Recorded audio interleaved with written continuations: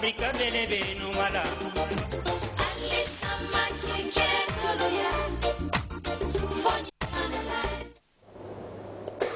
Good evening, and it's a warm welcome to another edition of your development-oriented program, The Banter Bar. I am Tijan Jane. No rumor, no speculation, open and frank discussion.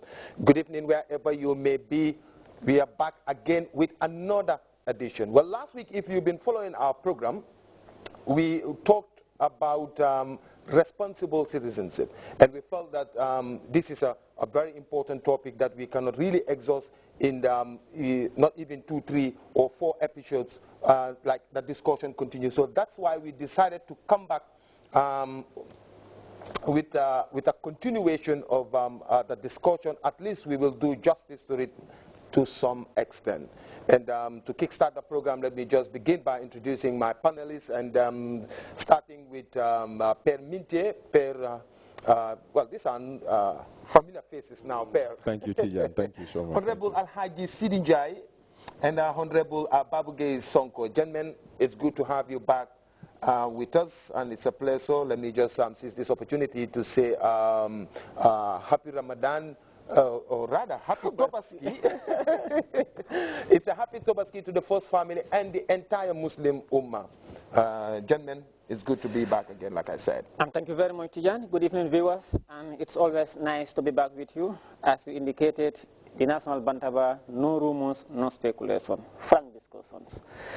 On behalf of the National Bantaba team, that is those of us here, 4 of us, including Jaliban Sujobati, the Deputy Director General Grts, Abdou Toure, Alaji Mahmoud Toure, and the entire cameramen and those technicians, we want to wish His Excellency the President of the Republic, Chef Professor Haji Dr. Yahya E.G. Jammeh, happy Tobaski, the first family, the government and people of the Republic of the Gambia, talks about the legislature, the judiciary, the executive, and the entire citizen of this country, and pray that the Almighty Allah continue to shower us blessings, protections, guidance, and peace upon His Excellency and the Gambia for us to continue to steer the affairs of this country.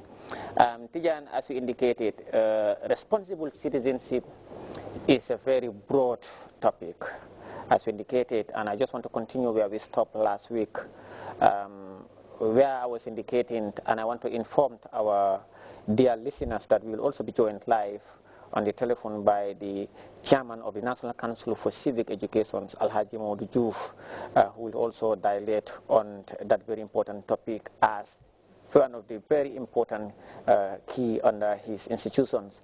Alhaji Mahmoud, Tijan, last time where I stopped is that the responsibility that government created for the citizenship, for them to be able to partake in nation building, and also for them to feel that their government has done much for them and what is expected of them as a citizen.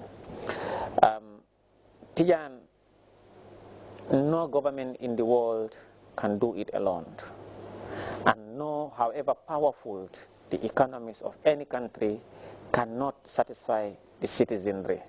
And as such, government creates the enabling environment. They pave the way to allow citizens who are not being opportune to be absorbed by government to come up with private, to set up private businesses in order to increase production and productivity in any given country. Tijan, the Gambia, we are endowed with very, very precious jewel. That is the peace and tranquility that we continue to enjoy. And it is as a result of the citizens themselves, their desire and their ardent belief in living together as one family, in living together as responsible citizens, together with government, then we will be able to move the country higher height. But stated last week, I mentioned the interventions of government on infrastructure, on education, on health, on agriculture. You look at the human resource capacity of the country.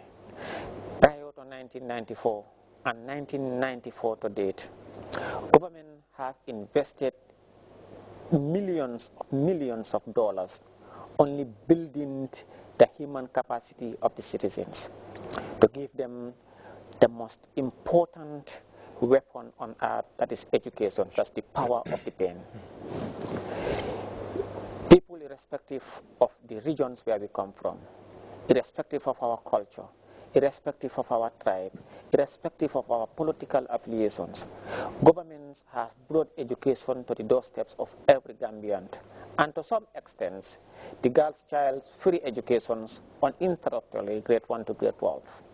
We have seen the proliferation of tertiary institutions coupled with the University of the Gambia, where various fields of education and degrees have been taught at the university.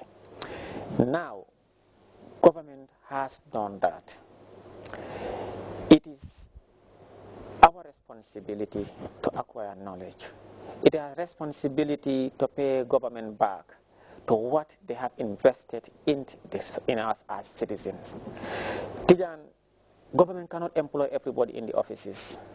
Those of us also who are not opportune to go to school, you go to the market. For instance, after the Tobaski, even fish you cannot have. I even wanted to get raw groundnut, but a cup of groundnut, that, because most of those who are engaged in those hawking business, those petty trading, most of them are non-Gambians. Us as Gambians, we sit at home and say, "Dekabi defanahari," and then offices cannot employ all of us. That also is part of responsible citizenship. You allow non-Gambian to come to your country, to come to the Gambia, use the prevalent environment, that is conducive environment, the peace, the free market policy that is provided by government, and look at the subsidies that government does at the expense of taxpayers' money only to satisfy the Gambian business. But it is being grabbed by the non-citizens. The cup that they used to sell $5 or $15 is 2 days before Tobaski. After Tobaski, because there are scarcity of people involved in the trade, they will tell you $25 or $30. For them, you either take it or you leave it. You go to the foreign exchange. Government has been coming up with press releases more often than not as to why that is responsible of the inflations and also increase in prices. What is the role and the responsibility of citizens of this country? Can't we come up with petty trading businesses? Can we come up with consumer shops? Government also created, we look at the National Enterprise Development Initiative, NEDI, and together with the Ministry of Trade, Regional Integrations and Employment, where they engage and train young Gambian youth and women and open a consumer shop for them. But most of them, it become an elusive dream. So as a citizen, do we look at the market? You go today, you buy $3. Tomorrow, even sorrel, you want sorrel, bisa, or kanja, okra.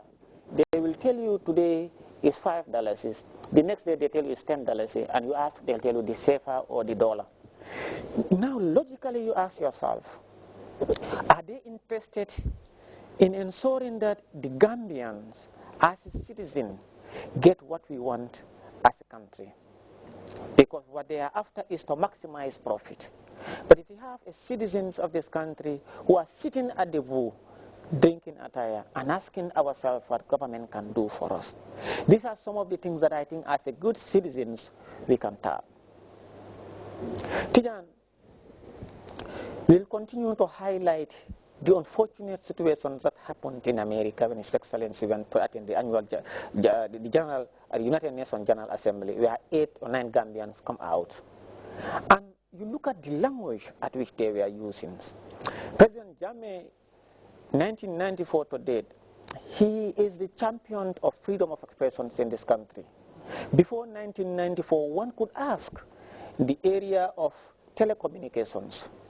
It's President Jammeh who brought this, who expand and who brought the internet to the doorsteps of every young Gambian. Even the Jolas and the Seres now have access